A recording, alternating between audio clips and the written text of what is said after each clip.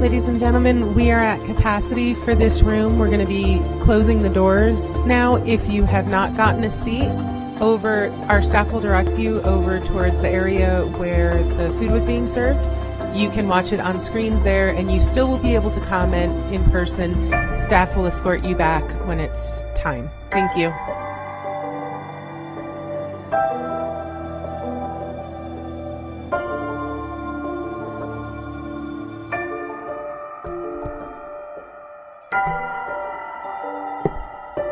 Okay, 7 o'clock. Thank you everyone for being here today in the Salt Lake City Council formal meeting for September 17, 2024. I want to thank everyone for being here today and for showing up as a community to this community center to tell us about your concerns and hopes.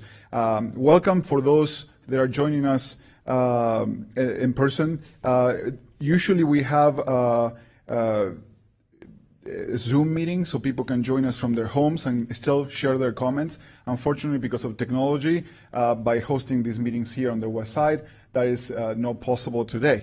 But I want to make sure that you know that these tools are available to all of you to join the City Council meetings that happen on Tuesdays.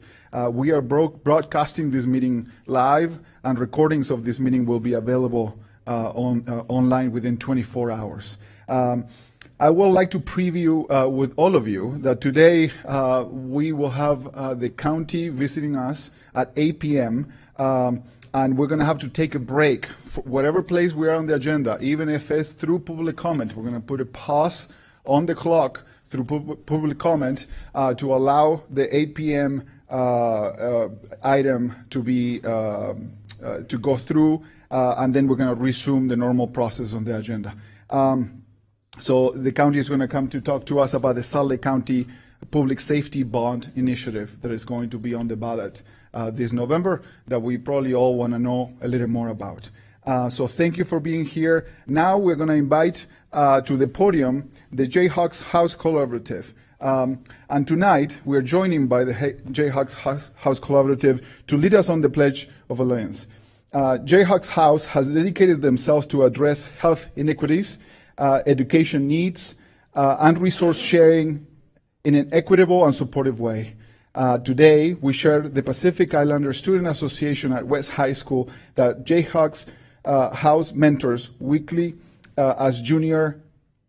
Caillou, let us end the pledge. Please stand up and join us.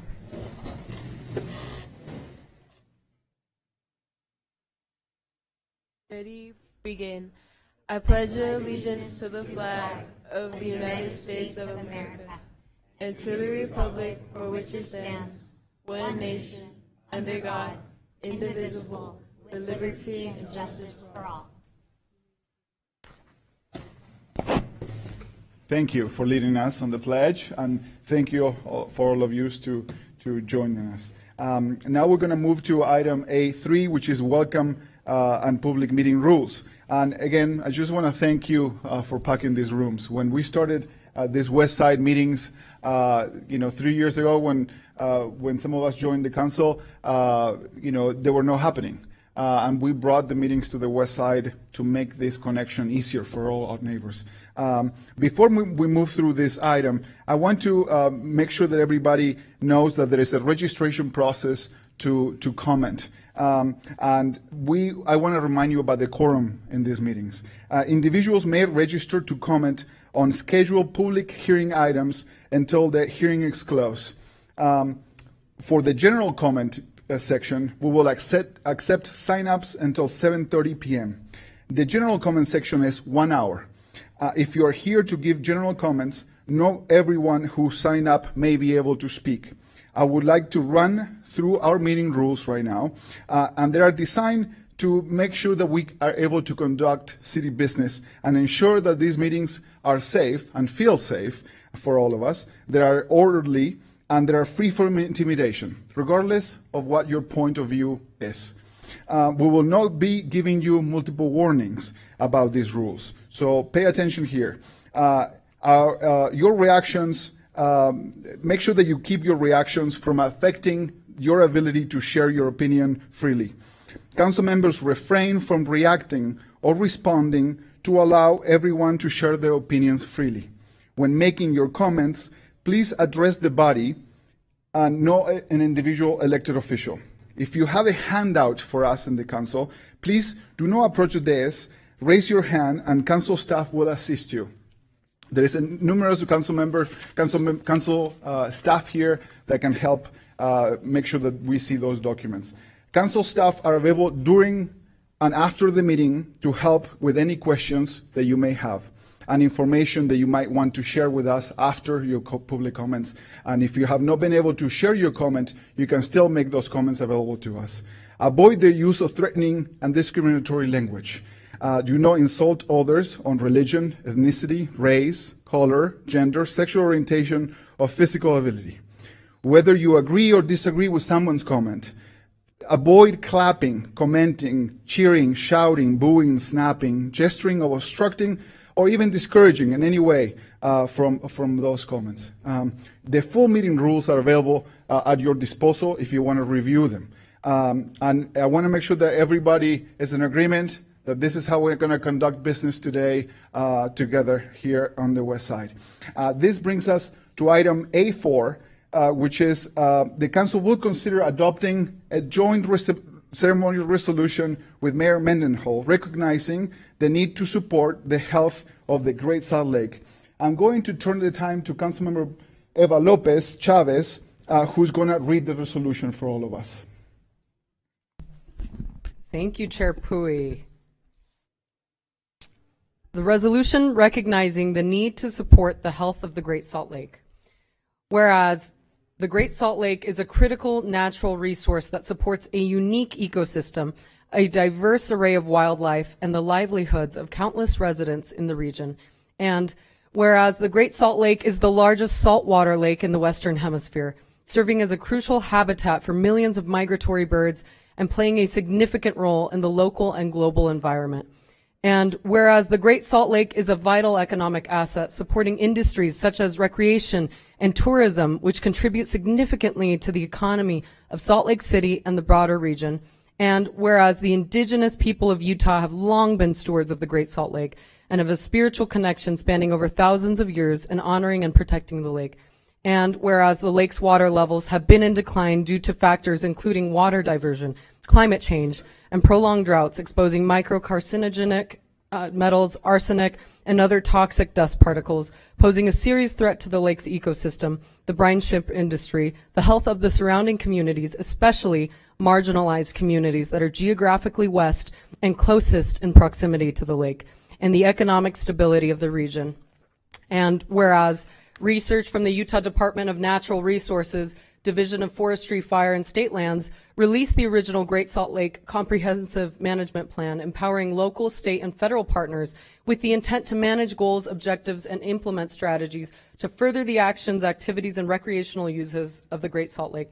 And whereas research from the Great Salt Lake Commissioner's Office, as outlined in the Commissioner's Strategic Plan, has highlighted the importance of maintaining the lake's elevation to 4,198 feet range to 4,205 feet above sea level to preserve its ecological and economic functions.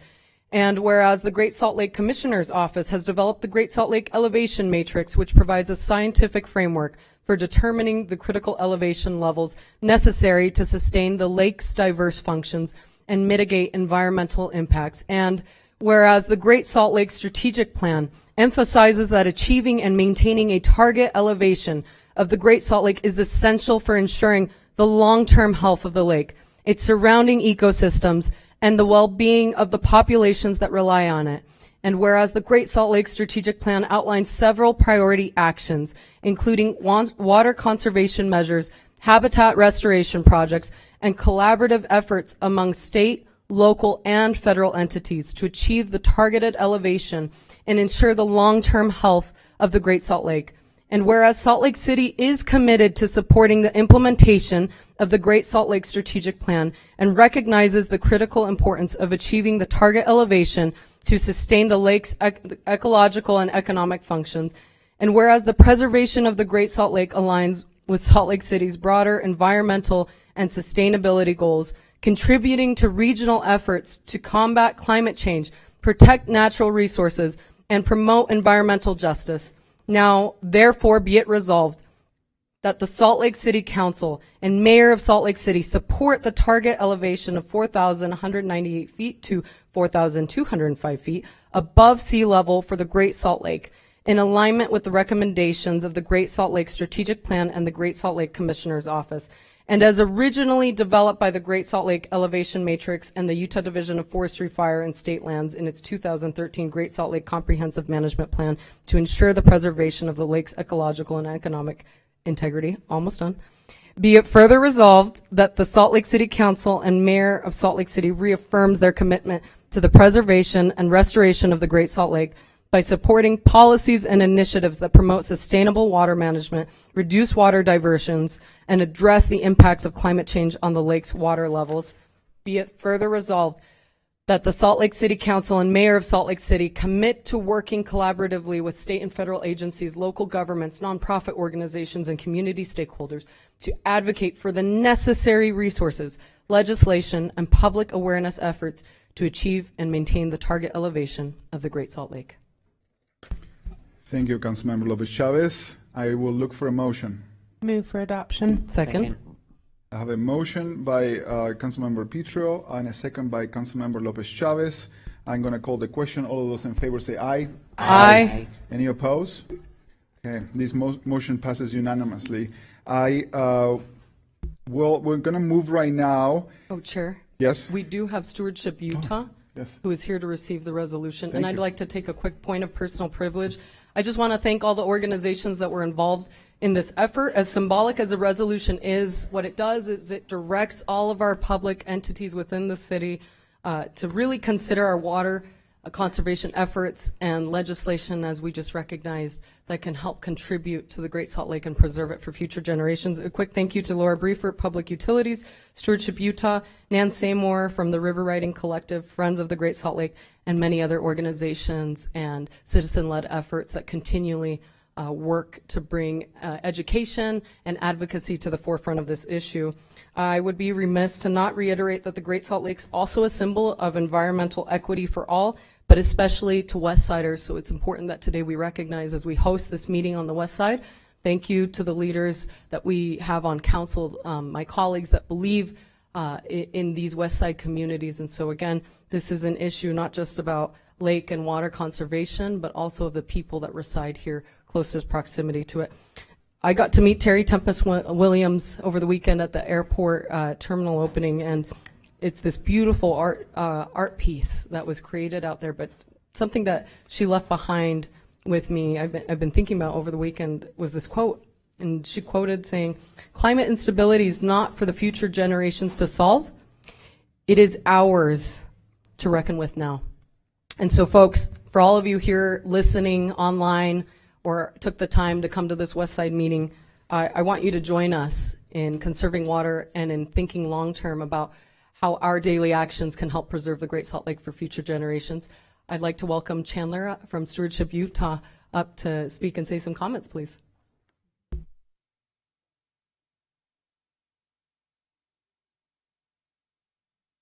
Thank you so much. My name is Chandler Rosenberg, and I'm a resident of District 3 and the Great Salt Lake Policy Associate for Stewardship Utah, which is an organization that works to protect the land, air, and water of Utah through elections, policy, and democracy. I want to thank, again, Councilmember Lopez Chavez for all of the work she's done on this historic resolution, and to the entire council for passing this here tonight. This is truly an all-hands-on-deck moment and issue for our state. Restoring Great Salt Lake is going to require coordination and effort that we have not, at a scale that we've not seen before here in Utah, and we need to commit for the long haul. The legislature and state agencies have made some major strides with still a very long way to go, but it's critical that local governments play a leadership role as we work to conserve, dedicate, and deliver water to the lake. So I really appreciate the city for taking this on, and I hope that this resolution encourages municipalities throughout the watershed to follow suit. In the face of a rapidly growing population, warming temperatures, and ongoing drought, and the Olympics coming back in 2034, now is the time to figure out how we can work together at all levels of community and government to ensure a healthy Great Salt Lake and a livable future for everyone in the Salt Lake Valley for generations to come, which means recognizing the limitations of our arid bioregion, especially our limited water supply, adjusting our policies accordingly, thinking critically about how we grow and how we allow businesses coming into the valley to use our water, and recognizing our interdependence with this beautiful place that we call home. Our health truly does depend on the health of Great Salt Lake. So this resolution is an exciting beginning, and I look forward to continued work with Councilmember Lopez Chavez and the rest of the council to explore additional efforts to support water to the lake and to continue engaging the community on this important issue. Thank you. Should we take a photo?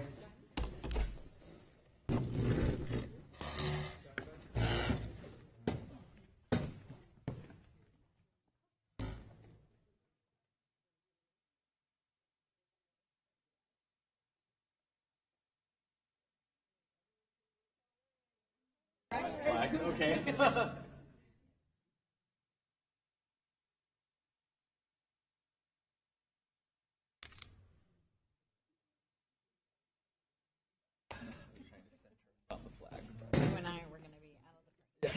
You were? Oh. Like we're not in the center of the flags. Okay, now we are going to the portion of the agenda that I'm sure many of you want to be at, which is the public comment section of the public hearings. So I just want to remind everyone that this is the public hearing section, that there are rules that come with us. Your comments need to pertain to the hearing topic that we're going to be opening. If your comments go off topic, we might ask you to stop. We will ask you to stop, and this will be your only warning. If you would like to make a comment to these public items today, we're accepting comments in person only, and you can sign up to the comments until the hearing is closed. So if you decide that you want to add anything to the topics that we're going to be opening and you have no sign up, you can raise your hand and the staff might be able to assist you. Cindy Lou Trishman, our city recorder, sitting in the other side of me right here, will be calling those who wish to comment based on the order that we have received the names. Each person will have only 2 minutes to comment, and we're going to call you on the order, again, that you sign up. Just as a reminder, our goal is to create and keep a safe space for everyone to share and participate in our meeting. So please follow our public comment rules when making your remarks. Disruptions, threats to anyone's safety are not allowed. If anyone uses discriminatory language, curses, or disruption occurs, we may pause the meeting, we may pause your comments, and we wanted to make sure that this meeting moves forward easily for all of us. Again, note that due to an error in the required advertising for items B1 and B2, the hearings will be continued to the October 1st, 2024 council meeting. Now opening item B1, our first public hearing item is ordinance text amendment to prohibit demolition of dwelling units for parking uses. We'll begin taking comments, but first I'm going to turn the time to Brian Fulmer, our council staff policy analyst, who is going to give us a short introduction on this item. Thank you, Mr. Chair. This is a proposal from the administration to prohibit demolition of housing units to develop standalone parking facilities. It also prohibits demolition of dwellings to expand parking facilities if the result is a net loss of housing units. The proposal would allow expansion of residential and commercial developments to add units while increasing parking, provided there is no net loss of dwelling units. Thank you. Thank you, Brian. Cindy Lou, please start with the first public comment on this item. Mr. Chair, there are no registered public comments for this public hearing. Okay. There is no public comments on this item. We're going to close the public hearing. I need a motion. Mr. Chair, move that the council continue the public hearing to a future council meeting. Second. I have a motion by Councilmember Dugan to continue, and a second by Eva Lopez Chavez. Any discussion on this item? Okay, I'm going to call the question. All of those in favor say aye. Aye. Any opposed? Okay, this motion passes unanimously. Our final item for the hearings is item B2, an ordinance, citywide text amendments for gas station standards.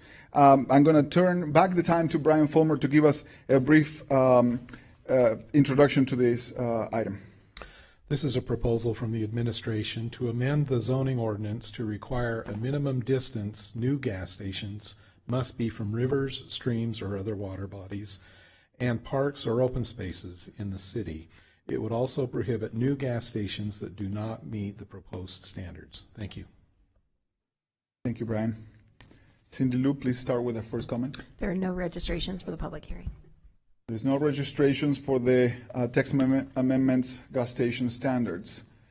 Okay. Mr. Chair. I'm going to close this. Mr. Chair, I move that the council continue the public hearing to a future council meeting. Second.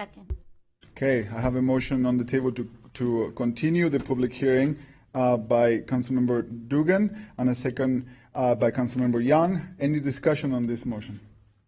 Okay, I'm going to call the question. All of those in favor say aye. Aye. Any opposed? Okay, this motion carries unanimously. Thank you for being so speedy with those motions. I will like to go to potential action items right now, which is item C1, and is an ordinance budget amendment number 1 for fiscal year 2024-2025, and I need a motion. Mr. Chair, I move that the council adopt an ordinance amending the fiscal year 2025 final budget of Salt Lake City, including the employment staffing document, only for the items shown on the motion sheet. The budget amendment is still open and the council is scheduled to set a date later tonight for a new public hearing. I further move that the council requests the administration develop and recommend proposed language addressing how the cost of administering future elections conducted in accordance with Article 7 shall be allocated. Second. I have a motion on the table by Councilmember Mano and a second by Councilmember Petro. Any discussion on this motion? Okay. I am going to call the question. All of those in favor say aye. Aye. Any opposed? Okay. This motion carries unanimously. Thank you.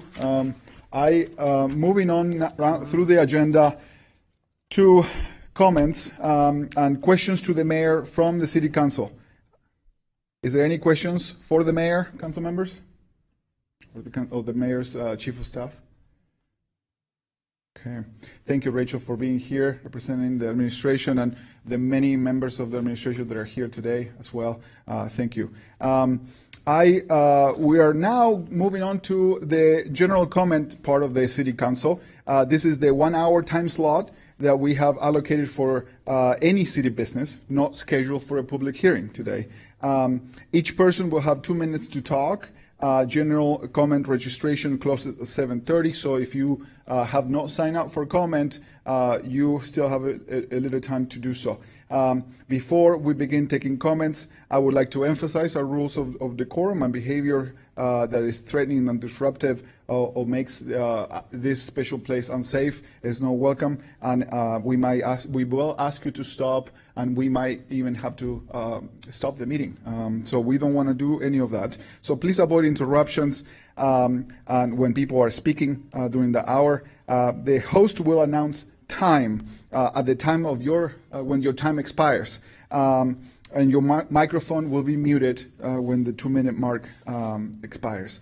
If you're not able to finish your comment, please share the rest via email. You can also send it by mail or call our office. The contact information is listed at slccouncil.com. You can also find all of us, after the meeting, or our council staff if you want direct contact information. I have for some reason I'm a little nervous today, and it's because so my voice is a little trembling. I even have a thicker accent than normally do. So I hope you feel welcome to comment, and however manner you feel the most comfortable. This is a special place for all of us. So just a note, that at 8 p.m., I know it's 7:24 and we have 1 hour of public comment. At 8 p.m., we're going to have to make a pause. So I'm going to just bear with me when that happens. So I might have to interrupt in the middle. I don't want anybody to feel disrespected. I just want to make sure that that is noted in there. Cindy, will you start with our first general comment? Yes, and Mr. Chair, we're actually going to name 3 names so that people can be prepared to come in from the hallway who are on just a bit of a delay for the sound. So the first commenter is Karina McClellan, followed by Andrew Marwick, and then Chanel Hill. You can bring your comment card this way. And then Karina, if you just want to approach the mic.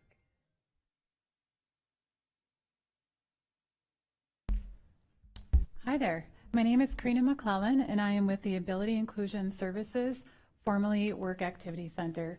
You have my brochure, I believe, as well as the art invite. I work for a nonprofit that serves adults with disabilities in the Salt Lake County and surrounding areas. We have a community day program located in West Valley, and within our day program we have a creative arts department where participants can express themselves through painting and mixed media crafts. We will be showcasing their talents in our annual art show, which will be held Thursday, October 24th at our center in West Valley. We have an indoor and outdoor adaptive fitness center that is staffed by an exercise specialist partnered with students from the U, Slick College, and Joyce University. They assist our individuals in improving their physical functionality as well as range of motion. We have a very large focus that we spend on community inclusion, ensuring that our clients are engaging with the community and socializing and participating in various activities. Since people with disabilities experience isolation and depression, we make a concentrated effort for them to be out and about visiting places such as museums and parks and tours and zoos and that sort of thing to make sure that they are able to build relationships and foster social connections. We have a residential program as well with properties located in the valley here. This program supports daily living skills, grocery shopping, community activities, as well as financial and case management. We also hold a state contract as a certified vendor for drug test kits, providing an array of kits suited for your needs. Our streamlined process is designed to meet the needs of law enforcement, state agencies, and other organizations requiring reliable drug testing solutions. Thank you.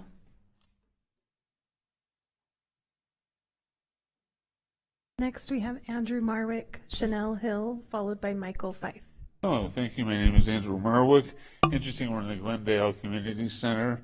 I'm from Glendale, Arizona. And up until earlier this year, Salt Lake was never mentioned as a potential relocation for the Arizona Coyotes. Atlanta, Kansas City, and Houston were frequently mentioned. Primarily Houston. The Toyota Center in Houston was designed for hockey and hosted AHL hockey until 2013, when the owner at that time of the Houston Rockets threw the hockey team out and they moved to Des Moines, Iowa. A new owner came in, Tillman Fertitta, who owns Landry's Incorporated, a large number of entertainment venues and restaurants, a real expert in that, has decided not to bring hockey. He's had every opportunity to over the last 10 years to bring NHL hockey to Houston. He could have offered the NHL to purchase the Coyotes, and he never did. The Coyotes went through several owners and sales during that time period. Houston is the nation's 4th largest city. Harris County will soon be the 2nd largest county. The city of Houston is over 11 times the size of Salt Lake City in terms of population. So if Houston ownership was interested in the NHL hockey, they could have taken them at any time. They made the determination that it was not fiscally responsible, that it was not going to be profitable to move hockey to the Toyota Center in Houston. The process of renovating the Delta Center, putting in the sales tax, rezoning, everything is moving far too fast. Based on the history in Arizona and how long those problems took to develop, several years, the severe risks that are being taken with putting on the sales tax, several years should really be taken and look at how this works out to have NBA basketball and NHL hockey in a market the size of Salt Lake City. And it's very questionable whether Salt Lake can support both. Time. Before businesses and customers Time. are saddled with a sales tax increase. Thank you. Thank you for your comment. And for those that, go over the time, please make sure that you send us the rest of your comment to our emails. The staff will direct you if you want other forms of communicating. Thank you, Cindy. I have Chanel Hill, followed by Michael Fife, and then David Troster. Dear members of the City Council, I told you you'd see my face more often. I am here to address a local issue that ties directly to a global concern, the Church of Scientology and the intimidation tactics that employ to silence demonstrators like myself. Why am I bringing this to a city level? Because the lack of transparency in Utah. I have gone through hundreds of Scientology's tax returns from across the country. There are over 700 to 1,500 entities currently using Scientology's tax-free status. And in Utah, Utah's Church of Scientology and its mission returns are nowhere to be found. Why? Why can't we find this? They are a 501(c)(3). What is a charity? The charitable contribution has Scientology made, and what charitable contribution has Scientology made in the last 10 years they've been in Salt Lake City? None. I cannot identify any at all. The benefits of a charity, there is an ordination code 58-13. There's a definition, there's the minimum requirements, but what I want to really talk about is the requirements in itself. All community organizations seeking recognition pursuant to this chapter must comply with the following: proper register as a nonprofit corporation and in good standing with the state of Utah. No taxes is not good standing. A clear definition of membership, a policy to open participants of all whom are members of the organization. I was not let in. Attendance to meetings to the open general public. Time. They don't do that. Thank you. Thank you. Next we have Michael Fife, followed by David Troster and David Oskow. Hi, Council. I'm Mike Fife. I live in Fair Park. I love to walk, and I used to walk on the Jordan River Trail from about 600 north to 200 south until, I guess, winter turned into spring, and the number of people taking drugs was just too sad, and the number of people selling drugs was too scary for this guy to walk down the trail. So then I started walking on 300 West, and I noticed in June when I got back from vacation that the trees looked like they were dead along North Temple. And as we found out, there was a North Temple tree massacre by the city. And, you know, I love living on the west side, but sometimes it can be very discouraging because some good things, some bad things happen. And it's like the Folsom Trail. Maybe something is going to happen there someday. Right now, it is a sidewalk in the middle of a dirt patch. And it doesn't connect to the Jordan River Trail, which makes it, you know, not as useful as it could be. So thank you for your efforts. I know there's supposed to be a 3-year plan to plant trees. Maybe we can get an EPA grant to take care of the soil that's been contaminated and do it sooner or something like that, because what was a very pleasant place to walk along North Temple when the summer comes is not going to be pleasant anymore. And while I'm up here, I know this is a whole different pot of money, but I would encourage the council to have a resolution supporting the Rio Grande plan. I know it's going to take federal and state money. The city can't do it, but that's another way to reconnect the west side to the rest of the city. So thank you. Thank you. We have David Troster, David Osakow, and Scott Naris.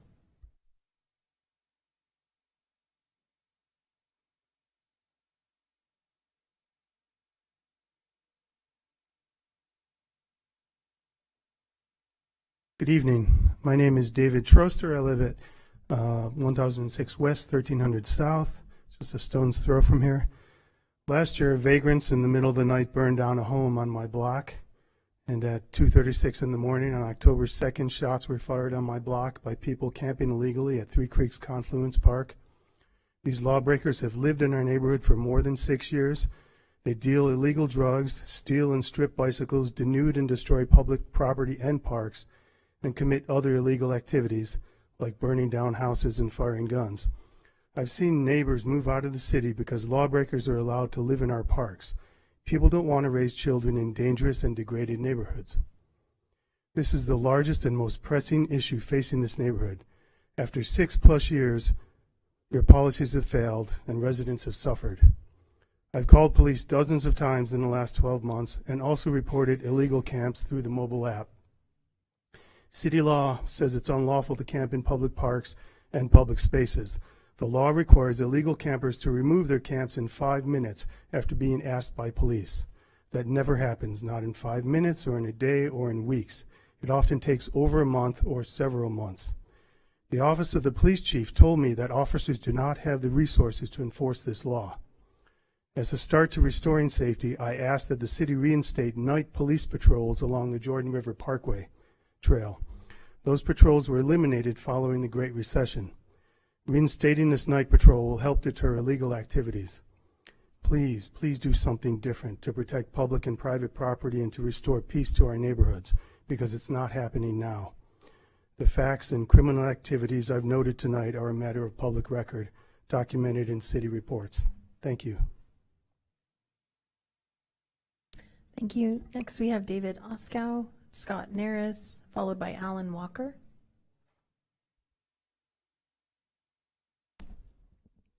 Hi, thank you. I just want to thank you guys for being here on the west side. It means a lot to the community, and thanks to the staff for making this happen. I know it's harder to not operate in your home base. The biggest thing I want to say to kind of echo the last two comments are, the west side, we have a lot of issues that kind of go overlooked. The city is operating under a very reactive stance, and we need to be proactive. We cannot ever win against Sugar House, the Avenues, Yale Crest. We'll never be able to compete them in complaints or any kind of, just using our influence and power. We need you as leaders to stand up for us and advocate that the administration, is proactive, because I can only ask my neighbors to call things in so much and see nothing get done over and over again for years. It's been happening for decades, and frankly, you guys all know it, but there's a lack of trust in our area that is going to take decades to heal, but it is something that should be a priority. We need to get back to the basics. There's a lot of great things happening, but please, try and be proactive and think about us and fight for us. Thank you. Next is Scott Naris, followed by Alan Walker, and then Rod Miller. Good evening. Scott Naris, representing my homeowners association in District 6. Last month I attended a city council meeting to comment on the new stabilization fees added to city utility bills. I described how the 10 homes in our HOA are being charged at over 4 times the rate of typical single-family homes, and how our average monthly water and sewer bill increased by 86% due to these new fees. These disparate and excessive charges are drastically affecting our finances. After the meeting, I talked to Councilman Dugan, who was concerned about this issue and said he would raise it with council members and Public Utilities Department. His interest was very welcome. In the meantime, I've also been in contact with other city personnel, including the lead financial analyst for utility fees and the deputy director of public utilities. I'm here tonight because, unfortunately, to this date, I've received no response stating that anyone is addressing our concerns. In fact, the only input received so far is that in the worst case scenario for us, nothing would be done this fiscal year, and the only chance of a fix might be in July 2025 when next fiscal year's budget is implemented. If this is true, then for this fiscal year, we will pay new fees of $9,370. If our homes are treated the same as typical single-family homes, our total charge would be $2,212. That's still a lot, but it's much less than $9,370. We ask that the city address this issue now to avoid the dire financial consequences for our HOA and similar multi-home organizations across the city. This issue is a problem caused by the city and it must be fixed by the city. The error is due to a flawed analysis of the impact of using water meter size without knowing what is on the customer end of the meter, and city personnel have admitted to this error. We've already paid 2 months of this excessive fees, and we would like to see relief sooner than July 2025, and we also hope that we can be credited for overcharges already paid so that we can get our finances back on track. Thank you very much. Next, we have Alan Walker, followed by Rod Miller, and then Sherry McDaniel. Thank you very much. My name's Alan Walker. I also live in District 6 in the HOA that Scott just mentioned. I'm an engineer working on energy and resource research at the University of Utah. I'd like to advocate for just and reasonable treatment of the rate stabilization fee for our own HOA and HOAs that are situated like us. Certainly, public utilities must recover their costs, and we understand that totally. But our HOA of 10 homes uses about 70% of the average usage rate in Salt Lake City at 223 gallons per day, while the average in the city is 321 gallons per day. We are on 1.3 acres. 6 out of 10 of our homes do not have a backyard as they're up against Immigration Creek. For some reason, 40 years ago, someone installed a 4-inch meter when only a 1.2, or according to your schedules, a 1.5-inch meter is needed.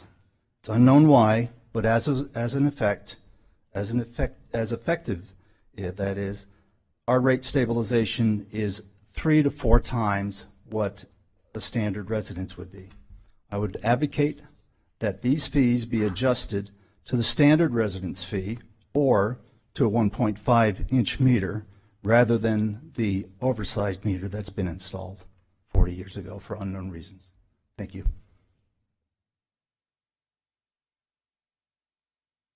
Next is Rod Miller, followed by Sherry McDaniel, and then Elise Armand.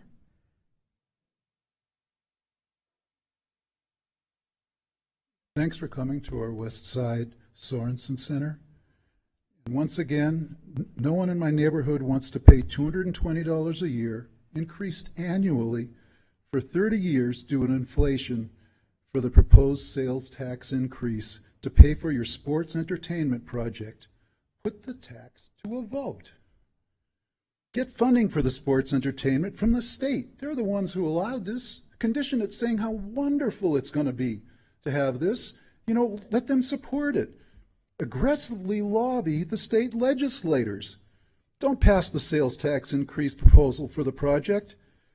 Find alternative funding for your project. Represent your constituents, not the mayor. The way the mayor handled the development of the sports entertainment project and its financing with little public oversight, transparency, or discussion is a reflection of a self-righteousness on her part. All city council members should deny the mayor's request for a salary increase from $168,000 annually to $212,000 per year, regardless of any rationalization she offers. Our U.S. senators receive $174,000 annual salary.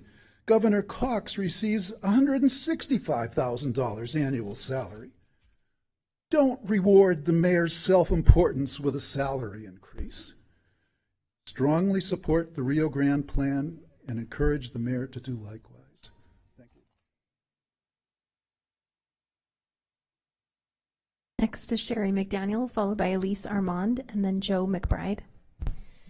Hello, my name is Sherry, and I bought a home from the city's first-time home buyers program 27 years ago, and it was to revitalize the neighborhood, and I was happy for the opportunity to buy a home. I have 5 children, and I live on the corner of 2nd North and 8th West, 1 block north of North Temple. I have many concerns about my neighborhood, and I want to impress upon you is we are in a literal pit of hell, and the criminal element is immense. We have people walking around hundreds of people loitering, camping, lighting fires, vandalizing, littering, using drugs out and open. I've seen it every day.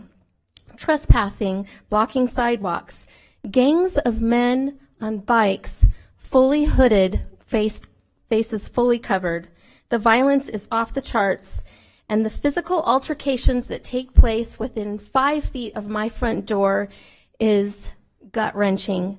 We cannot enjoy our community. We do not walk in our neighborhood. We do not play at our neighborhood schools or parks. I choose to not get gas in my neighborhood or grocery shop. This goes beyond homelessness and the usual stuff that goes along with that. The people here on the streets are criminals, and they're destroying any sense of community. Please send more police. Please enforce the no standing, sleeping, and camping signs that are in the median in front of my home.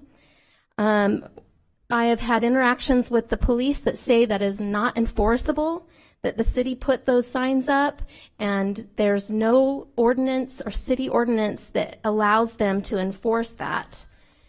Time. Okay. Time. Thank you for your time. Elise Armand, followed by Joe McBride, and then Rigo Ramirez. Good evening. My name's Elise Armand, and I live in District 2, right around the corner here. And while there are plenty of things that I could come to talk to you about, I want to talk to you today about park restrooms. So, like probably many others in this building, I like to use our trails here in the West Side. I like to ride my bike, run, walk, just like a lot of other people.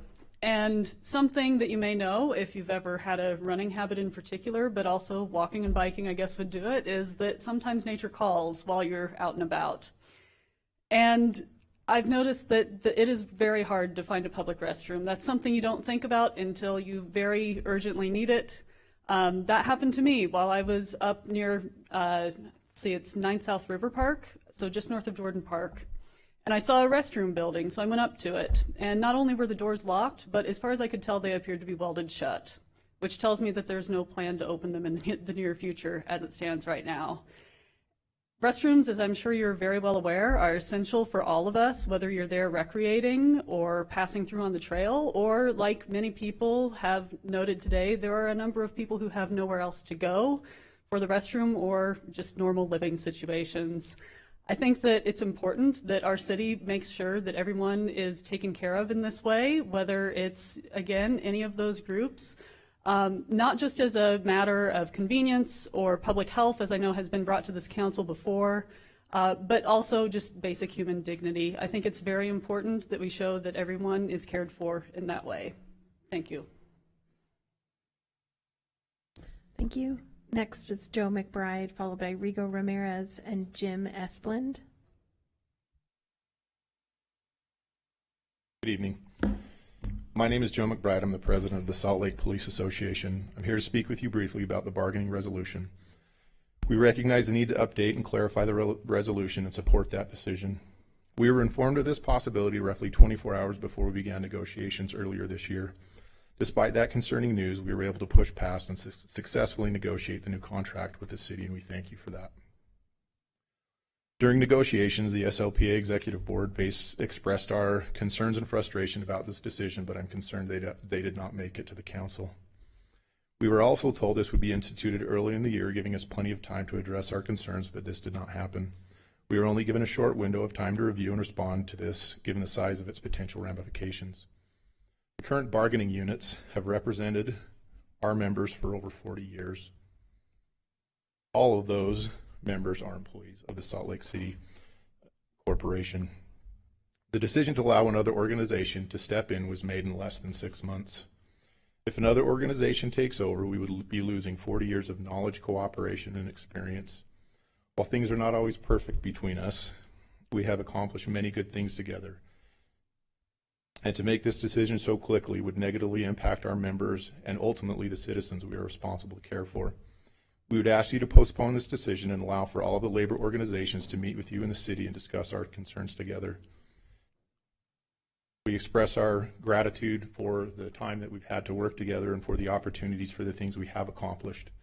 And we look forward to many more years of that. Thank you for your time. Rico Ramirez is next, followed by Jim Esplund and Ricardo Mejas. Thank you. My name is Rigo Ramirez. I'm the lead representative for the Carpenters Union here in the state of Utah. We represent about 1,200 members here in the state. And the reason why you see carpenters here, it's because, you know, it's always like, why we don't get a chance, the opportunity to work on construction projects here in the Salt Lake, especially Salt Lake City. A lot of it has to do with, you know, irresponsible contractors, you know, that pay cash under the table. And it's an issue. A lot of our members live here in Salt Lake City, especially on the west side. And future projects, you know, we support construction, obviously, and we support, you know, anybody that is going to support us with, you know, good jobs with that support the, you know, paying benefits and, you know, especially apprenticeship, the trades.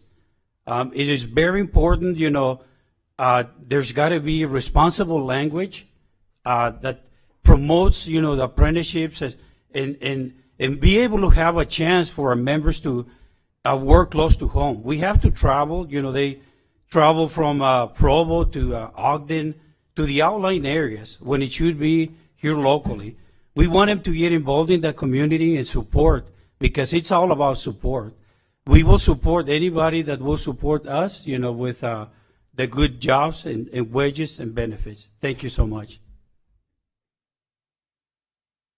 Next is Jim Esplund, followed by Ricardo Mejas, and next after him is David Walsh. Members of the City Council, thank you for being here and thank you for taking my comment. My name is Jim Esplund, and I have lived in a home in the Glendale Poplar Grove area for over 40 years. My wife and I were pleased when the 9-line train tracks were replaced with a 9-line trail. We walk most days to the Fife Wetlands, Riverside Park, Peace Gardens, and then home on Navajo Street. We were especially pleased when the grass, trees, shrubs were planted, and years later the 9-line community orchard constructed. The completion was just amazing. I would invite all of you to see the trail and orchard now. A few weeks ago I counted more than 33 trees and shrubs that have died on the trail and in the orchard. Some trees that were planted a few years ago were 25 to 30 feet tall. My question for the council is, how could this happen? It would appear because of lack of water, but who is responsible for this great loss? When the first trees were planted on the trail, most had price tags on them of over $300 each. When you add in the planting, landscaping, and irrigation, this is a very expensive loss. Will the taxpayers be liable for such a huge mistake? There were many stories in the news during the planting of the orchard, but I have seen nothing about all the waste and destruction. Mayor Mendenhall spoke at the christening of the orchard, giving the students present hope for the future, using the trees as an example. How do those students feel about the future now, seeing that the orchard is in its current state? I'm hopeful that this isn't another example of the West Side being given something great and then leaving it to waste. Thank you for your time. Next is Ricardo Mejas, followed by David Walsh.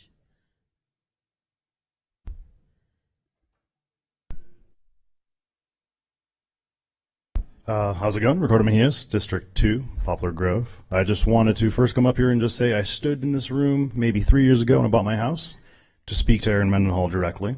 I had a lot of complaints, similar to all of my fellow sort of citizens that are here, constituents. And in that time, I complained a lot about sort of our homelessness problem, drug problem, and whatnot. Today, I am standing in front of you guys to give you kind of a thanks. Like, I know we've heard a lot of complaints. There's a lot of bad that's been going on, and we need to tackle that seriously.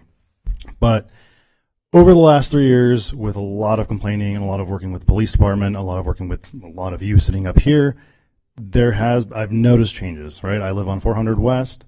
I've seen sort of the police department going out of their way and, you know, making strides. I know that North Temple is a hellscape, and I know that it's awful. I drive by it every single day to go to work, and that needs a lot more attention. So I really do implore that, you know, as much as there is a lot of bad, let's also reward ourselves a little bit with some of the good that's actually happening on this side as well. And I just, if you can find it in the budget to please sort of increase, you know, police presence on the west side. You know, we need to get sort of the trail. We need to, you know, work on North Temple. I mean, even just like 400 South and under that underpass, a super sketch. 800 South, 900 South. You know, I take my dog every morning over to the Jordan Park, the Peace Gardens. It's also just absolutely decimated with a bunch of, you know, campers and tents, and, you know, I've been followed before, I've been threatened before, I've had people spit in my face before, and it would just be nice to like have an increase in, you know, deterrent, which obviously is police force and whatnot. And then on top of that, I would really do want to thank the departments like the Civil Enforcement Office, especially the officer that's for District 2. She's amazing. And also I really want to give thanks to all of you guys for just being here today. Thank you. And no worries. Thanks. Next is David Walsh, followed by Rod Olson, and then Jerry Olson. Good evening, ladies and gentlemen. My name is David Walsh. I live north of Salt Lake in Councilwoman Young's district. I'm here tonight to speak about a big concern that I have about the pro-growth strategies of so many of our government entities here in the state of Utah. We invite lots and lots of big corporations to come to the state of Utah with the promise that we will have more jobs for our children. The problem is that when we have these corporations come to the state, many of them are tech companies, and that's great, but most of those jobs end up going to people from out of state, which brings a lot more people into our state. And my concern is threefold here. One, we are running out of water. For the last several years, last 2 years, we've had an ample supply, but prior to that, we've been in a drought. Where, if we don't plan for this growth, where are we going to get water? Are we going to pump it in from California? I've heard is one of the suggestions. That seems to me prohibitively expensive. Second of all is our infrastructure. Now, I live in Sugar House. I drive on I-80 and I-15 all the time, and I avoid early morning and late afternoon traffic. But it's horrendous there. And building 2 more lanes on the outside of our freeways isn't going to solve that problem. And 21st South, upon which I drive frequently, is now overwhelmed with traffic. So that's my second concern. Third, where are we going to put thousands, if not, we want millions of people to come to the state of Utah? Where are we going to put them? In Nephi or Garfield County or someplace else? There just isn't that much land available for continued growth and bringing thousands and thousands of people in. Thank you for your time. Next is Rod Olson, followed by Jerry Olson, and then Catherine Comerford.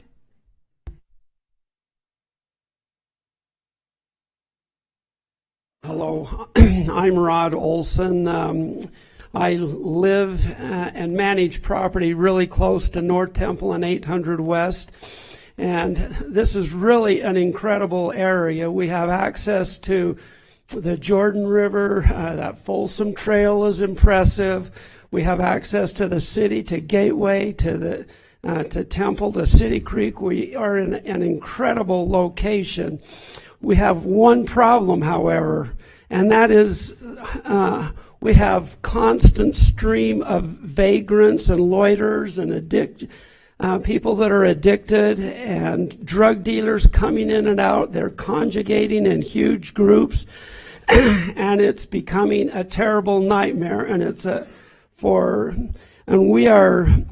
and I think it started getting really bad when you started trying to kick them off of the Folsom Trail and off of the Jordan River.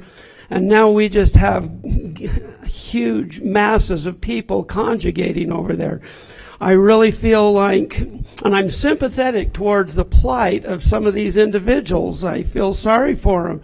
They seem nice. Some of them seem really nice, and it's not like they're terrible people, not most of them, but it is a serious problem.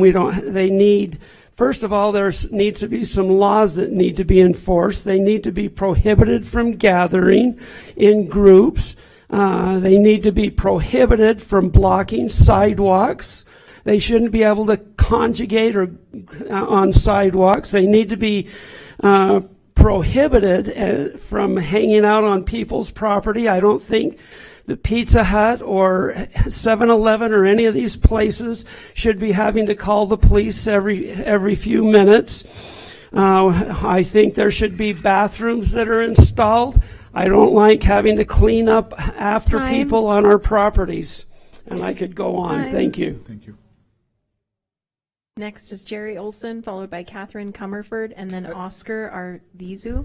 Cindy, sorry, it's 8 p.m. right now, but we confirm that we're going to continue through some of the public comments since there is a few that have signed up. So we're going to continue through the public comments, finish that, and then we're going to turn the time to the county. Thank you. We are glad that you're here. Thank you, and I will continue. We respectfully and urgently request swift, decisive passage of enforceable use and criminal trespassing park strip laws.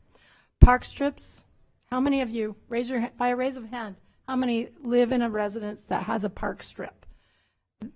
Curb to the sidewalk, yeah. We are legally required to maintain, plant, water, mow, weed, remove trash. Plenty of laws regarding land maintenance. No problem there. However, transients have pushed their way into our neighborhood, yours as well. In less than 11 hours, I'll recount what happened to our park strip. 5 events with groups ranging from 2 to 11, laying, eating, chatting, fighting, dealing drugs, using drugs, passing out, urinating, defecating, leaving copious amounts of garbage, including food wrappers, clothing, and used sexual items. 33 civil disobedient individuals treating our home park strip like a public park. What park strip law will protect yours and our park strip from this happening? Well, Salt Lake City Civil Enforcement doesn't know of any. I called today and asked. Salt Lake Police don't know of any, claiming the closest aligning park strip law would be public parks. Well, we've heard a lot about public parks. We know what's happening there. So are our park strips really public parks? If so, why aren't Parks and Rec taking care of them then? That can't be. So, conclusion and urgent request. Property owner maintained park strips created to allow access for public utilities are not the same legal definition as public parks. Park strips need their own enforceable law governing allowable use. Next is Catherine Comerford, followed by Oscar Arvizu and Ezekiel Nilsson. Good evening. My name is Catherine Comerford. I'm a newer resident to the Salt Lake area. I lived in Draper for about 2 years, and I've been off of North Temple and 7th West for the past few months. And I would say that the homeless problem that we have is not just a problem, it's an epidemic. I have woken up in the morning to people passed out in my front yard. I have seen drug paraphernalia. I have seen condoms. I have seen people smoking God knows what. There is a school and a church not even like within a block of me, and children are exposed to this. And there needs to be something done. I also do not feel safe in my neighborhood. I cannot tell you the amount of times I've had to call law enforcement. People have been speeding, reckless driving, drag racing. We do not have any lines on our road, even though they just reconstructed it. So I'm not sure why that is a problem that we're facing now. But I woke up Tuesday morning to somebody that had driven up on the sidewalk, hit a tree, and also hit my vehicle that is pretty much totaled at this point, and did not leave a note. and no witnesses. So these are just common things that we face in the area, and I commend the law enforcement and the people such as yourselves that are doing things to help alleviate these problems. But I do hope to see a brighter future, hopefully soon. Thank you. Next is Oscar Arvizu, Ezekiel Nilsson, followed by Brooke Bernier.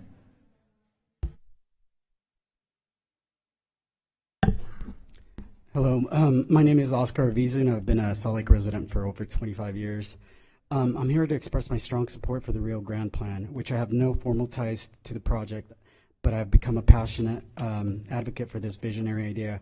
Earlier today, the City Council discussed the Reconnecting Communities Grant, which wants to create a plan to link east and west sides of the city with a timeline of 24 months. The Rio Grande Plan could not only achieve this faster, but even cut this timeline in half. Anyone who has experienced the frustration of waiting 15 to 20 minutes for a freight train to pass knows how disruptive this is. It's especially ridiculous in a growing major capital city. The Rio Grande Plan could be the key to unlocking faster, easier access to important projects like the revitalization zone, Green Loop, Ballpark Next, and the upcoming Olympics.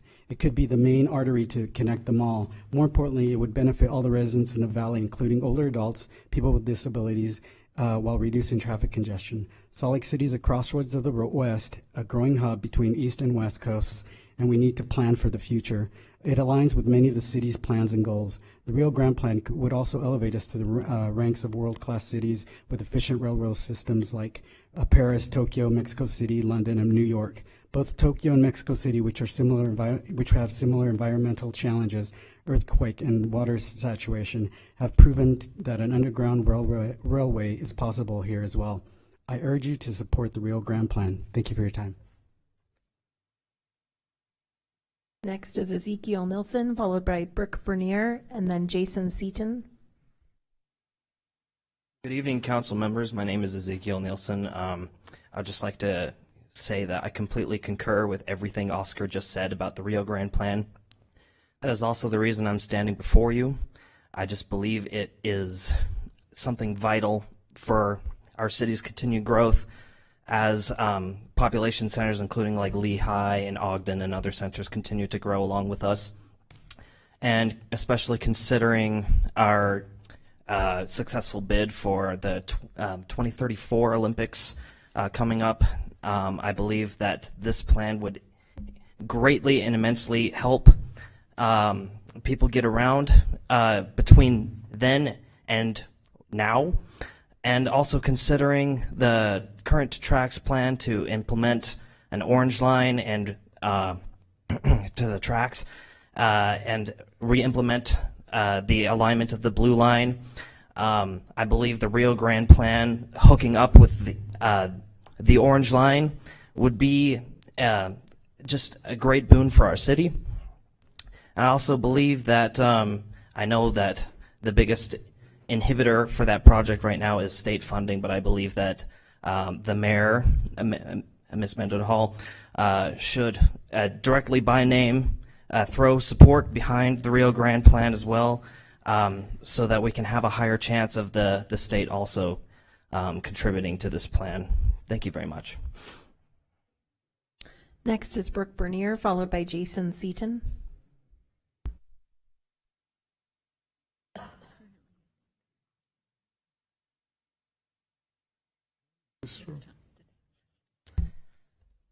Hello, Brooke Bernier. I lived in the Fair Park area since 2013, and I just wanted to address a couple of items. I actually ran into Chief Brown last night at Costco, and I had 15 minutes or so to chat with him about the same issues. I appreciate the patrols that have been picked up on the trails in the Fair Park area. It has made a difference. But one of the issues that I discussed with Chief Brown last night is if we are picking up patrols and we're making arrests, and these same perpetrators are released after they get processed at the jail within just a matter of hours, they're right back where they started. The county DA's office is backlogged 25,000 cases. The county DA's office was backlogged 10,000 cases in 2021. At our meeting at Madsen Park, he had said when somebody doesn't have an address and they don't show up for their court date, he takes the file and it goes in the garbage can. That is not due process, and that is not treating us all equally under the law. And that is our right, because if I commit those same crimes, you're going to come to my house, or the cops are going to come to my house, and they're going to arrest me. Okay, so my point is, maybe it's time for like a city prosecutor, a city jail, because these people are just coming right back out again, committing the same crimes, and we have been training them that they can commit pretty much any crime they want, and they will never see a day in court. They will not see it, and they come right back and they commit the same crimes again. And we are putting our law enforcement at risk every time they interact with these same people. We have dangerous people in Cottonwood Park. We have parolees that can't find, they've recently been released from prison. They can't get housing, they can't get jobs, they pitch tents right outside our dog park. I've had condoms right outside my house, my backyard. I don't want people in my parks that are dangerous people. Please help us. Time. Next is Jason Seaton.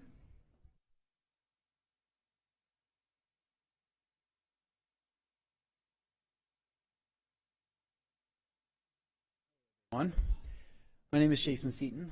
May of this year, I had someone break into our house and over the course of 4 nights remove everything inside to the river, where the following day we grabbed guns of our own and went to the river to find all of the stuff that was there. Through the course of this year, the homelessness and the drug problems that have come into Poplar Grove and the surrounding areas have grown so much that we're having to add extra locks to the doors. To have someone bust in, smoke meth in your kitchen, and take all of your wedding books and photos out to the river, along with everything else they can grab, is unacceptable. But that didn't take the cake. The big thing was me going across the street a couple of weeks ago before taking my kid to the park and finding meth on the ground. That was a new low. It looks like candy. It's there on the ground. I have a 4-year-old. I'm not going to lose my kid to this. If this body, one of 3, county, city, and state, cannot manage this problem, then we need to create a new city in Salt Lake City. We can divide it by western coordinates. And if we're concerned about the west side and the east side and what's happening isn't happening, we can divide this city. All western coordinates, north and south. We can send that to the lieutenant's office, lieutenant governor's office, to have that feasibility study done, and we can break this city up and create a new police force and start managing the west side because of west side problems. I'm becoming a real advocate for this and starting to spread the word that this is feasible to do. We can break the city in half. That would mean the west side has an international airport, has an NBA stadium, has a baseball stadium, has a hockey stadium, has a lot of facilities to run a city. Time. Thank you very much. Mr. Chair, that's the last registration for comment. Thank you for those that shared your public comment. Please stick around to spend time with us after the meeting. There is a few items. Thank you, Catherine Fife, Associate Deputy Mayor for the county, for being here, and Councilmember Arlen Bradshaw for District 1 for the county, and who I blame for being here today. So was your intern once. So it is your time now to tell us a little bit about the public safety bond that the county is proposing. Thank you, Councilmember Pui. Appreciate that. I think we have a deck that's going to come up. Awesome. My name is Arlen Bradshaw. I do represent much of Salt Lake City on the Salt Lake County Council, including our communities here on the west side. And I am joined by Catherine Fife, Associate Deputy Mayor from Mayor Wilson's administration. And we're here tonight to talk to you about the public safety bond that the County Council at the mayor's recommendation has put before our voters countywide in the election this November. You've heard from a lot of residents this evening, I think a fair amount of frustration, and as you understand well, these problems are incredibly multifaceted and they take a response from all levels of government to help solve. And a significant part of that, of course, is the county's ability to hold criminals in our jail and connect low-level offenders with the resources to keep them from returning to the streets. And that's why the county is asking our voters for additional resources in order to do that. And Catherine will be providing the details of what the bond consists of, but at the end of the day, this is to increase the county's capacity to serve all of you and serve our neighborhoods throughout the county. So Catherine, I'll kick it over to you. We were going to tag team this a little bit, but it's a little difficult with just this little lectern, but I'm just going to layer behind Catherine and jump in if I don't like what she says.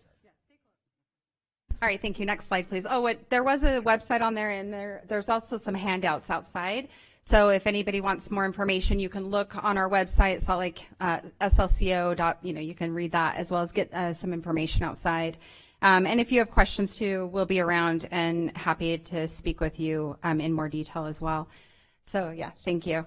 And I know you've been here for a long time, but I do want to just recognize how much this community cares. You can hear it in the comments, and you can see it in your actions. So thank you to you as council members in the community. I'm one of you. I live here. I've lived here most of my life. And I share your concerns. And I know that those who are in public service, we are one of them. Some of them, I'm representing the county, but we do care. And over the last year, we've really worked together with the city, with the county, with the state, and said, what can we all do? Because everyone's saying, we've got to solve this. And so we came up with a plan and said, we all have some responsibility. And maybe you recall, it was in the news, Mayor Mendenhall, Mayor Wilson, Governor Cox, and Wayne Niederhauser signed an agreement to say, hey, this is what we're going to do. This is what we have the ability to do, and we're going to work together to solve it and do things differently, and not just in our silos, and we all can make a difference together. So Mayor Wilson created a plan, and part of that plan is the bond that Councilmember Bradshaw just introduced to you. Just real quickly, it's going to be a significant countywide criminal justice system improvement to address the needs and the gaps that are within our system. And Salt Lake County Council voted to put this on the ballot and at the recommendation of Mayor Wilson in a bipartisan way. Vote was 8-1 on August 13th. And so now it's going to be on the ballot this November. And we really want to make sure that all of our constituents, all of our residents in our community are educated and can get the information they need to know how they'd like to, how they'd like to vote this year. And as I mentioned, this also has gained the support of the governor, municipal leaders throughout the county, and a growing list of public, private, and nonprofit leaders. We had a public hearing today at the Salt Lake County Council meeting, and we are grateful to hear from people. We want to, if people have concerns or questions, we want to be there to address them. Next slide, please. This action plan is in alignment, as I said, with the plans that have been going on for quite some time and over the past year. And really, we want to act with purpose, partnership, and urgency. We all know that we need to do something. We need to do something fast.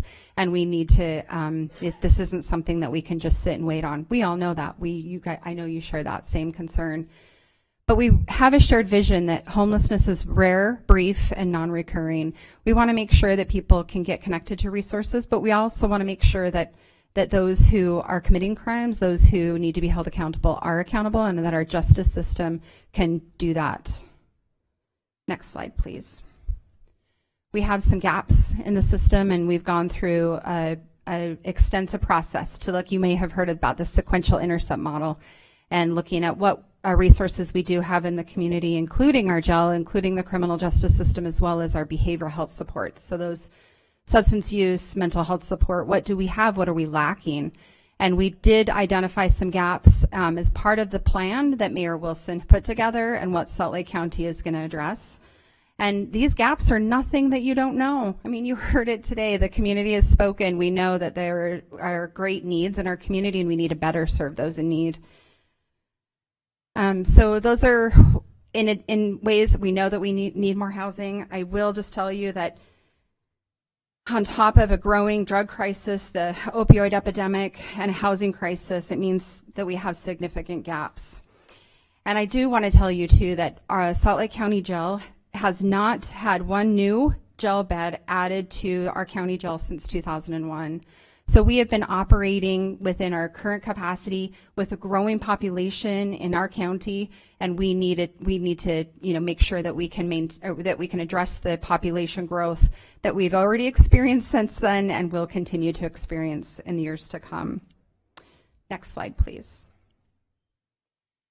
We know that we can't do this alone in Salt Lake County. I think the residents here also recognize that it is not just Salt Lake County or Salt Lake City or the state, that we each do play a role. And we have been talking, we actually, I know that many of us have spoken to, we coordinate. Multiple groups are meeting from the county and city and state weekly to talk about criminal justice, homelessness, and behavioral health needs. Next slide, please. So you can see there's all of those little icons show different parts of the plan that Mayor Wilson put forward to the council. They address different gaps throughout the system, and there's two that are highlighted, and that is what is in the bond. So that is what we're here to talk about. That's what's going to be on the November ballot. That's what we want our voters to look at and to be educated on and to speak to with their ballot. What it does is it creates a Justice and Accountability Center. Now, this Justice and Accountability Center, it is there to help those who are interacting with the criminal justice system. Those who you talk that, or you call the police and you can't do anything, or if they do or go to jail, then they're back out in 2 hours. They're doing things that are petty crimes or annoyances or crimes that we need to address in a different way. And so our Justice and Accountability Center is a way to keep people out of jail, but connected with the right behavioral health, mental health, substance use resources, and a way to stop the cycle. So when somebody says, I don't know where to go, I don't have stable housing, I'm going to be released to the streets, we want to connect them with the Justice and Accountability Center to stabilize. Many people who we all call the police on are people who are in a crisis, whether they are under the influence or having a mental health crisis. And what we want to do is make sure they're stabilized, make sure they're connected with the right supports, and then they can be on the path to success and self-sufficiency instead of cycling through and always being, just going through, and we're just trying to say, what can we do to have this stop? We want to make sure that we're also improving and expanding our jail and a mental health unit within the jail. We have right now about 80 plus beds in our to help with those who have committed crimes, need to be in jail, and have mental health issues. We want to double that. We also want to double the number of beds. As I said, we haven't increased since 2001. And we also want to make sure that we're helping people re-enter into the community in the right way. We all know that when people go into jail, we should be able to think about how are they coming back into society in a successful way. And that means we need to help them do that. So we want to build a step down for about 100-ish. We're still learning what the right number is, right? We're bringing in the data, if it's 100, if it's 200, but we want to make sure that people, when they're getting ready to be released from jail, that in the step down beds, or the 100 beds, they will be able to go to get a job, look for housing, have education or treatment. So we're really, really helping to get them connected so when they are released, they have a place to go, they have the supports they need, they have the work that they need, they have a job so that they can pay for their housing that they have. So we really want to make sure that those are happening within the jail, the new and improved jail that this bond will cover. I do just want to say one thing in this plan. Salt Lake County isn't just waiting for this bond. We know that we have a crisis. We have the Salt Lake County Council just approved funding through opioid settlement dollars for 2 DEA task force members. So we know that it's not just a jail, it's all these other things as well, and it is enforcement. Next slide, please. So here's we talked about the Justice Accountability Center and the cost to it. It's going to save overall, instead of over and over again, people going to our emergency room, people going to jail. This is going to save funds to go and get the right supports in a setting in a stabilization center, which is the Justice and Accountability Center. We want to make sure people have wraparound services. We want to make sure they're connected to jobs and training. We want to make sure that they have the connections to treatment. And we also want to make sure that we have residential treatment beds. You all know that we don't have enough mental health treatment in Salt Lake County. And so part of the Justice and Accountability Center will be 16 residential treatment beds. Maybe we can do more. Right now in a facility, you can't have more than 16 due to legislation. So if we need to, we'll look at maybe having whatever we can do to bring more residential treatment beds online. We'll look at that as much as we can. Next slide, please. I just want to talk, this is really important too, is a revamp of our county jail system. Right now we have 2 jails. We have an Oxbow and we have our adult detention center. What this would do was decommission our Oxbow. It is very old, has really, I mean, the deferred capital maintenance on that building is really expensive. So we need to invest to either improve it, or what we're proposing would be a more cost-effective option is to decommission and expand the adult detention center, our main jail that we have now. And with that, as I mentioned, we'd have more beds, more mental health beds, and that step down, those step down beds are like the community corrections model beds there. In total, we would have about a little over 800 new beds there. And of course, you can see there's an emphasis on specialty treatment beds and making sure that people have the right resources that they need. So when they re-enter communities, they don't go back. We don't want them to go back to jail. Jail is not the solution. We want to make sure we are doing everything we can to have people be successful outside of our criminal justice system. Next slide, please. So these are the FAQs. I'm not going to read them. We've talked about a lot, but please look at these online if you want to know more. They're just a little bit of quick facts about our Justice and Accountability Center and our proposed jail system revamp. Next slide, please. This is the bond language. This is what you're going to see on the ballot. It's really important to just share right now that the cost of the bond is listed at $507 million. I do want to point out that the cost for what I've talked about is really $607 million. Salt Lake County has really been smart and thanks to our county council, has set aside some funds to be able to, that $100,000 so that it's less to the taxpayers to be able to do this. We want to make sure we're doing our best we can with the funding that we have. And so what this means, just so you know, for a household with in Salt Lake County, the primary residence has an average value of $602,000. And so for that rate, or average value of a residence, the cost per the household would be $58.94 per year. That equates to just under $5 a month. So that's what the bond is, and it talks about there's those components: acquiring and constructing a Justice Accountability Center, combining 2 jails into one, increasing the capacity, and really better services, helping people transition to the community, completing capital maintenance on the correctional facility so our jail can operate the way it needs to safely. Our community can be feel comfortable and safe with into the years of our jails, and making sure that we're all safe. And then expanding and renovating and remodeling our public safety facilities and ancillary facility buildings under the charge of Salt Lake County. Next slide, please. And you can see that's just the breakdown. We kind of went over that, and you can see those costs to a residence and the monthly and how the bond is broken down. I kind of went over that, but hopefully that gives you a little bit more of a breakdown as well. And with that, next slide. Questions. So, and he's back. Here we go. I'm back. Yes. So I just in summary and to reiterate, so the Justice and Accountability Center, it's a difficult name. You get tongue-tied saying it, but it is a residential facility. It's 300 beds. And combining the Adult Detention Center and Oxbow is going to create efficiencies for the county as well. But the really important number here from my perspective is that 812 total new beds to the system. And to provide perspective for you and for the residents in the room, the current functional capacity of the jail is around 2,000 beds.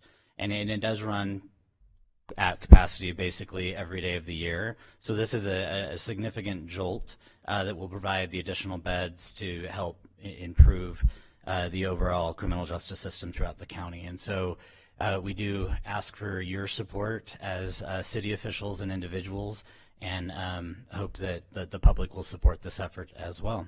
And then we will go to any questions you might have about the specifics. Council members?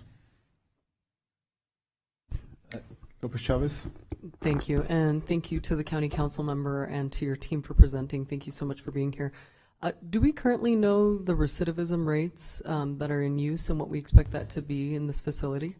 I do not know off the top of my head. I'm not sure Catherine does, but we can definitely get that to you. I think the important thing to recognize, though, is with the different ways we want to use those new beds, it will be a different way to look at recidivism as well. But definitely the goal is a reduction of recidivism, but also of the effect that the individuals have once they leave the jail, because as was shared and we all have heard many times, it's the revolving door that we're really trying to put an end to, and we know that we can't end it through building beds alone, that we have to have that connection to treatment component. But we can get you the exact recidivist numbers from the sheriff.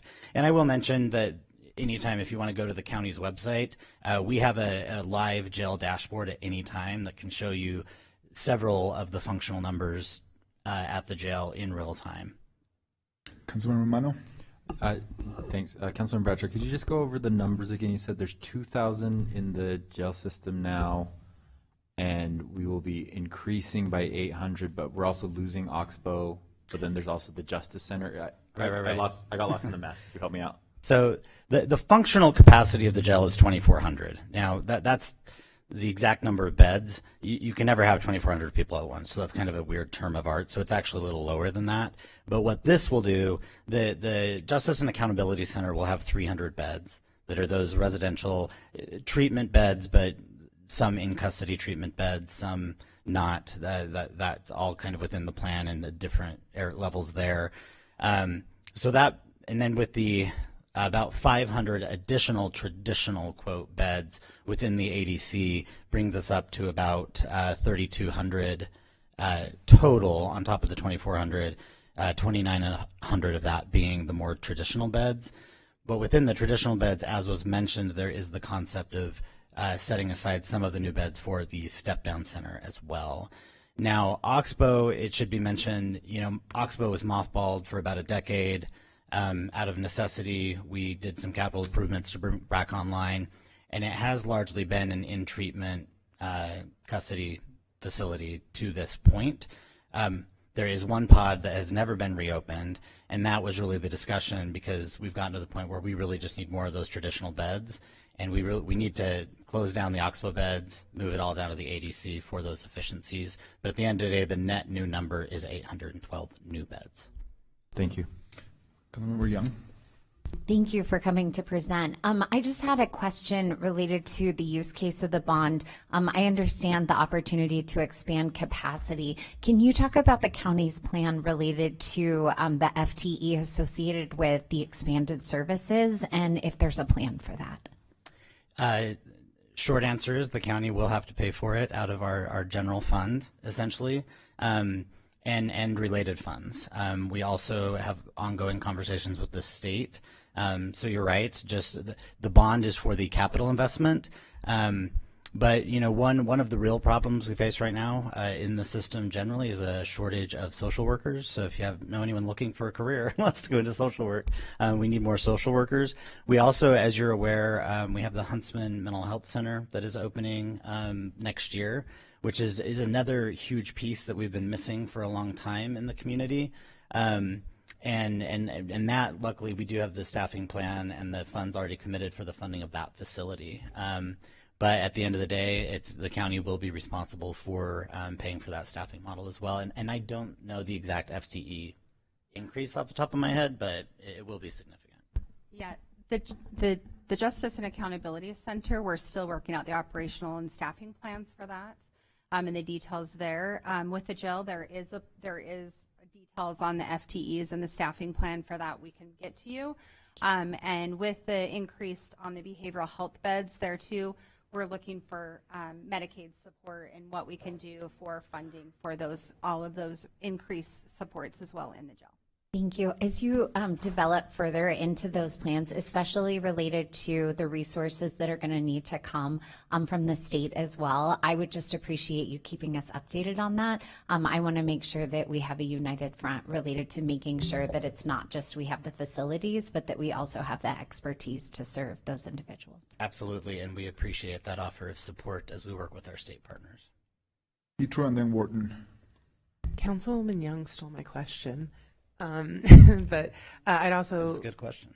I'd also relish the opportunity to participate in workforce development with you all as we're going into this. I know it serves all of us best to make sure that it's not a facade. Am I correct as I'm looking through this? This is not just the county or people in a room looking to solve a problem using their best guesstimate. This is based on evidence-based practices, notably the Miami Intercept model. Could you just offer some reassurances and confirm that I am correct, that this is all evidence-based and things that we know implemented with the right amount of resourcing and support can change things for us? Yeah, absolutely. I'll mostly let Catherine handle that because she is the point person for the county on those various groups that are making these plans together. But I think I'll just note that I think it's significant that we actually do have a coordinated plan created with all of the partners, the service providers, the state, the county, the city, in the most comprehensive format that we've really ever had. And I know it's been slow time coming. We should have gotten this done 10 years ago, probably before Rio Grande, but we are where we are, but it's in an actionable place, right? Time for talk is done. We need action. And within that plan, this is the county's first actionable item. So I don't know if you want to add to that. I think you covered it pretty well, but just to add, so we did make a trip to Miami. We've also visited Portland. We've looked at best practices across the nation to see what would be best and evidence-based practices really in law enforcement as well as behavioral health. So those all informed in addition to working with our experts here, both on the county level and state level, private, nonprofit, and otherwise. And we'll continue to do that. That just is starting and what informed the proposal. But we have a ways to go. What we hope is for, after November, then we're really going to get into the details of all of the staffing. And we want to make sure that we're continuing to not lose sight of the best practices and all of that as well. So thank you. Thank you.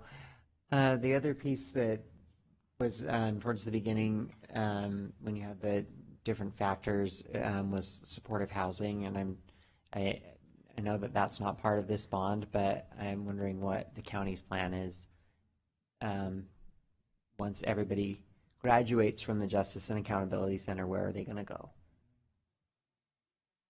Well, that's also multifaceted, right? So I'll speak. I represent all Utah counties on the Homeless Services Board, which is a state level board. And we've made a number of funding housing decisions in the past couple of months, but that's an area that requires focus of all of us to continue to expand that housing capacity. But as was mentioned, one of the main goals of the Justice and Accountability Center, though, is having that lined up in advance, right? So we have the connection to housing as you come out of that center. Some of that housing is already identified, but a lot of it will still have to be procured and constructed in the coming years. Do you want to add to that? So part of Mayor Wilson's action plan, she has a 5-year plan. So we've mentioned it, and she has identified a goal of 1,000 units in 5 years to bring on. And it's exactly that. We don't want to just say, okay, you're stabilized, you're connected to resources, but we don't have anywhere for you to go. So we need to do that. And we have already actually, through partnership with the state and the city, looked at opportunities to open group homes. So that's smaller, just really intense. With a therapeutic ACT team or looking at those behavioral health needs, opened up a couple of group homes already this year. And we're aggressively look for opportunities to bring more housing online to get to that 1,000 housing units in 5 years in order to really, it's full comprehensive plan, and it all needs to be successful in order really for a difference to be made. And that 1,000 units is just what the county's goal is. We know the need for housing is greater than that. So I want to just recognize that as well. You guys are doing a lot of work in housing. The state is doing a lot of work in housing. We have a lot of developers who are in this space and trying to get more deeply affordable housing online, as well as some of our really great nonprofit partners and our housing authorities. So together, we can really focus on that housing so that we can, when these other components are stabilized and then get into housing, then we're going to see more success. So it's 1,000 units of supportive housing. Yes, and Or there's not just 1,000 units. exactly Housing. right. And 3, they're in buckets. So we have, all of it is supportive. So there's 400 of kind of the lowest supports. That's like a general Yeah. permanent, what people think of permanent supportive housing. Then we have 300 of moderate. So that's like when there's a behavioral health like ACT team. And then 300 of the intense, really more of that residential treatment. Let's really make sure that there's really, deep supports for those individuals with those housing units as well. So when we're looking at that, it is a behavioral health focus, knowing that it's not just housing, it's housing plus support. Seems like there is no more questions. I just wanted to finish by thanking all of you coming down State Street all the way here to visit us. I am very excited about this. As you probably witnessed in part of the meeting, many of our neighbors are frustrated, and many of those that are in shelter find no solutions themselves, and they feel that the system is not helping. And there are a lot of predators and a lot of bad things happening in the streets, and it's easy sometimes to judge, and it is a pretty hopeless place to be. So I commend the county to try to expand all these pieces and balancing the need for space and keep people accountable for their actions. So there is a learning piece to this. I also commend that there is the belief that people can improve and they can change. So I don't think anybody in our city or in the world could claim that have never made a mistake. So I really love this balance, this moderate balance. I would like to know where could the neighbors go to learn more and clarify that about the process about this. It's going to be in the ballot, and maybe we conclude there. Yeah, thank you. So if you want to go back to the very first slide, it actually had the website that the county has created with information about the bond, and we'll be in the 49 days until the election providing even more information for the public. And let's see, the process, the council has already voted. In fact, we finalized today in conjunction with the public hearing at our meeting right before this, finalized the resolution for the form of the ballot. So the language will be on the ballot. I don't know off the top of my head. It'll be a local question. So for all of the residents, you're going to have a very long ballot this year, and this is going to be near the end of the ballot as a county bond question. So make sure you look for that. We will also have an event in October that is statutorily required, where we will have presentations of pros and cons in front of the county council. I don't know the date of that off the top of my head, but it'll be at a county council meeting, and we'll publicize that. And then, of course, it will just be on the ballot that you need to vote by November 5th. And the process is for a bond at the local level, just a simple majority of voters need to approve it in order for the county to let the bond. The amount that we are authorized under the bond is $507 million, which is the maximum. If by some reason we find efficiencies and reduce that, we will. As was mentioned, we've already pre-funded $100 million of this project, and hope to be able to just finance the remainder so that we can get underway. Thank you so much, Councilmember Bradshaw and Salt Lake County for visiting us. We're going to move on right now to item E1, new business, informational Salt Lake County. This is not it. F, your unfinished business resolution for a comprehensive emergency management plan, and I need a motion. Mr. Chair, Mr. Chair, I move that we adopt the resolution. Second. Councilmember Warren for the motion, and a second by Councilmember Dugan. Any discussion on this item? All those in favor say aye. Aye. Aye. All those, any opposed? Okay, this motion carries unanimously. Now we are moving to item 2, resolution to update the Salt Lake City collective bargaining and employee representation process, and I need a motion. Mr. Chair, I move that the council defer action to a future date. Second. I have a motion by Councilmember Dugan and a second by Councilmember Young. Any discussion on this item? Chair, if I may. Yes. So I really want to thank all of our union leaders for reaching out and asking for additional time to be able to discuss this with the city. Our unions are really important to Salt Lake City. It is something that I'm proud of our city for having the relationships that we do with you. As a part of that, I also want to thank our city staff who are also open to making sure that that dialogue takes place and, you know, engaging with you in earnest. So thank you to both parties, and I'm very confident that we can arrive at a positive outcome. So thank you for the opportunity to share. Thank you. I have a motion on the table. I'm going to call the question. All of those in favor say aye. Aye. Aye. Any opposed? Okay, this motion carries unanimously. Now to the consent agenda. I need a motion. Move for approval. Second. Motion by Councilmember Warren and a second by Councilmember Petro. Any discussion? Let's call the question. All those in favor say aye. Aye. Any opposed?